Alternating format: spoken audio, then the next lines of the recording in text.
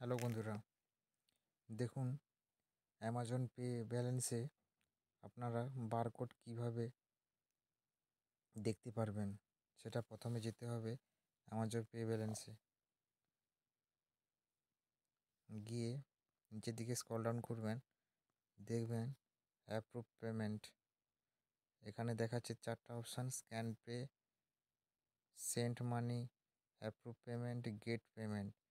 তো আপনারা এইখানে ক্লিক করে নেবেন, করলে আপনার এই বারকোড দেখাবে। ঠিক আছে বন্ধুরা, আপনারা এইভাবে বারকোডটা নিয়ে নেবেন। কারো যদি কোনো সমস্যা থাকে আমাকে হোয়াটসঅ্যাপে বা ইমেল করে জানাবেন কোনো প্রবলেমের জন্য।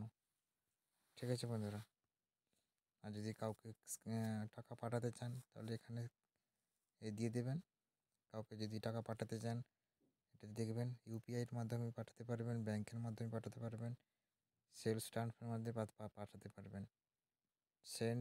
Self transfer